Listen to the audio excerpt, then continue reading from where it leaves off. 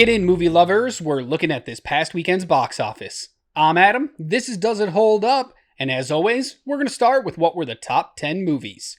In first place, once again, is Mean Girls, with another 11.6 million, but it did have a pretty big drop from its first weekend of 59%, which you don't want to see that. This is a movie that didn't open all that well at 28 million, so to drop 60% is much more than I'm sure they were looking for.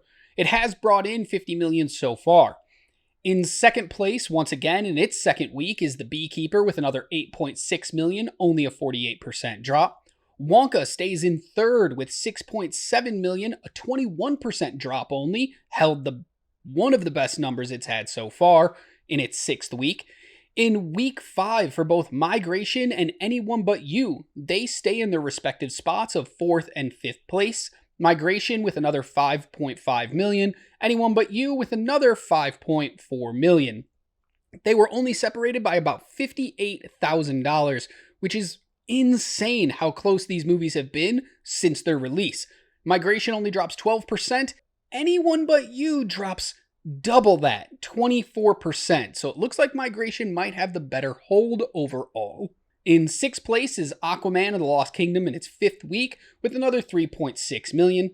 A new movie to the list, the only new movie making the top 10 this past weekend, was I.S.S, a new horror movie from Bleecker Street. Well, they at least distributed it, and we're going to talk about them in a little bit.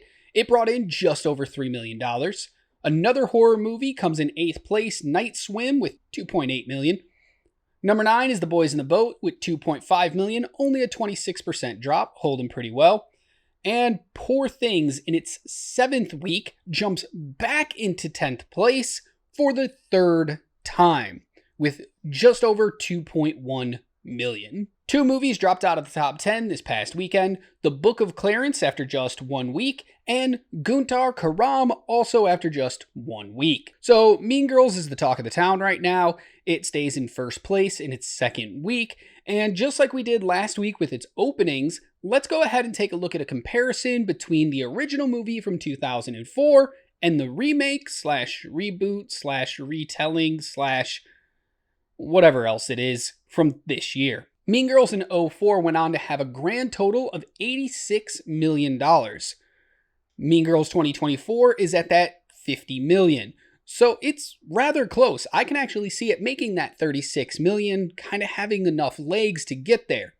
The problem comes when we actually adjust for the number. And as you can see, Mean Girls adjusted for this 20-year gap would actually have made $145.9 million. And this is where it changes quite a bit.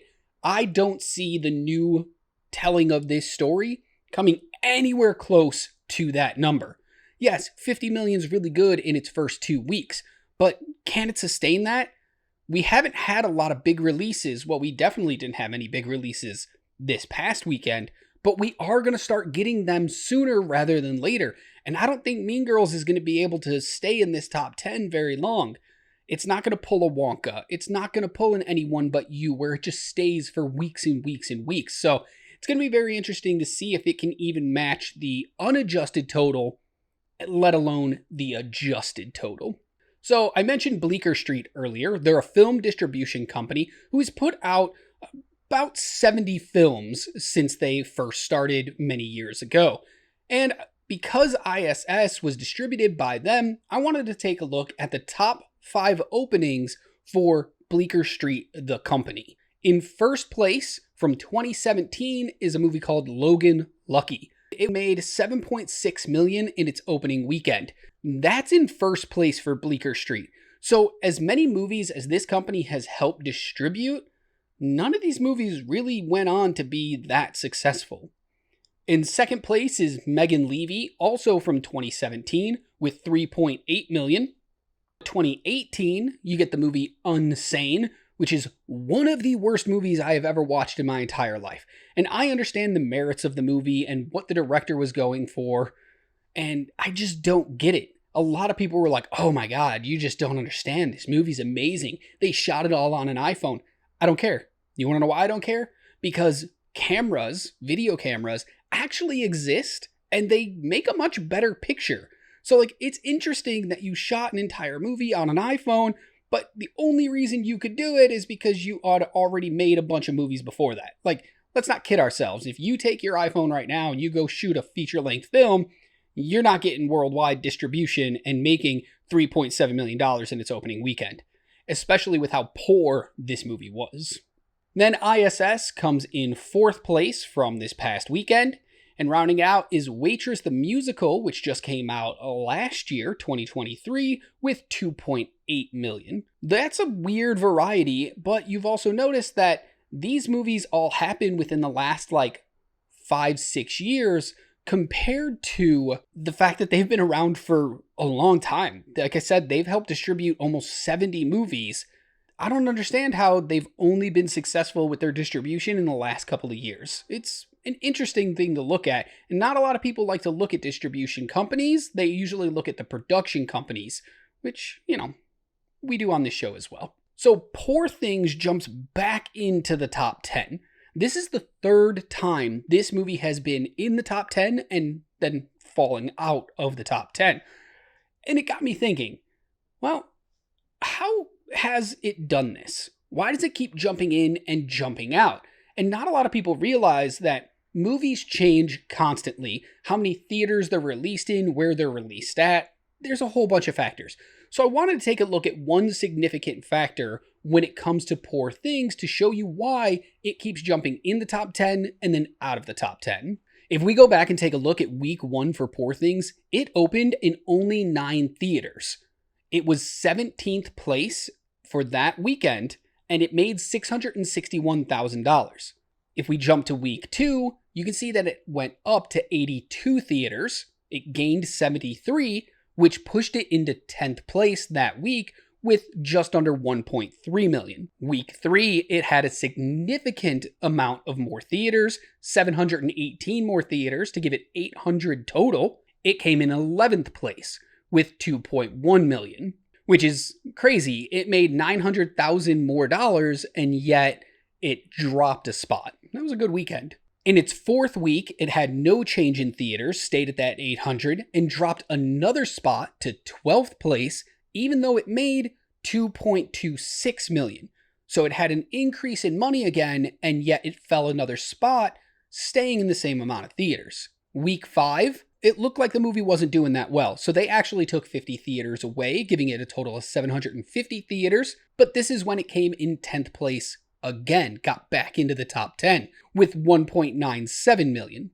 In week 6, it took a big hit of 170 less theaters, giving it 580 total, dropped all the way to 15th place with 1.8 million. And then this past weekend, due to the Golden Globes, it won a couple awards. It's been nominated for a ton of other awards in the coming ceremonies, so people had a renewed interest in it, and it actually gained 820 theaters. So just this last weekend, it gained more theaters than it had ever been in before, giving it a grand total of 1,400 total theaters domestically. And that's what pushed it back up into the 10th place spot, with just over $2.1 million. And what's really funny about this is it finally got into the 10th place for the 3rd time, but this is the first time that it made over $2 million getting into that spot.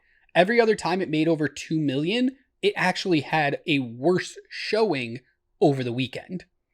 So that's one of the factors that plays heavily. So when you see a movie in theaters, not all movies are created equal, nor are they getting the same distribution. So this one had 1,410 theaters this last weekend, but just the weekend before, it only had 500. So the fact that it's even making similar amounts of money week on week says quite a lot about the quality of this movie. All right, last chart we're going to look at, new one that we just started last week, a little bit of an update to it as well, is the top 10 movies of 2024 so far. In first place is still Wonka with 54 million. Mean Girls jumps up a spot to 2nd place with just over 50 million. Migration falls to 3rd place, down 1 with 40.7 million. Anyone But You jumps up to 4th place, pushing Aquaman down into 5th. The Beekeeper and Night Swim also switch places for 6th and 7th. The Boys in the Boat stays in 8th with 21.8 million, and The Color Purple drops to 10th with Iron Claw moving up into that 9th spot. So as you can see here from the chart, there are a ton of movies that just kind of flipped. 2nd to 3rd, 4th to 5th, and I expect that to happen quite a few more times until we get a lot of the big releases coming out and a lot of these movies going away. It is the same top 10 as last week, so nothing fell out of the top 10 for 2024, just moved around a little bit. All right, that's it for me this week, taking a look at the box office from this previous weekend. You can check in every Tuesday for an update on what's going on with movies that are currently released. There's also going to be a new video coming out later this week or early next week, all about the movies you can expect to see come February, either in theaters or coming to streaming. So if you're interested in that, getting a kind of a breakdown of everything you might be able to see that month, make sure you subscribe to the channel. Let me know in the comments below if there's any movies you're looking forward to, or if you checked out I.S.S. Kind of interested in that one. Haven't had a chance to see it yet, but space and horror, totally two things that I absolutely love. So let me know in the comments below if you've seen it and if you thought it was any good. Until next week, just remember to be good to yourself, be kind to others, and as always, keep watching movies.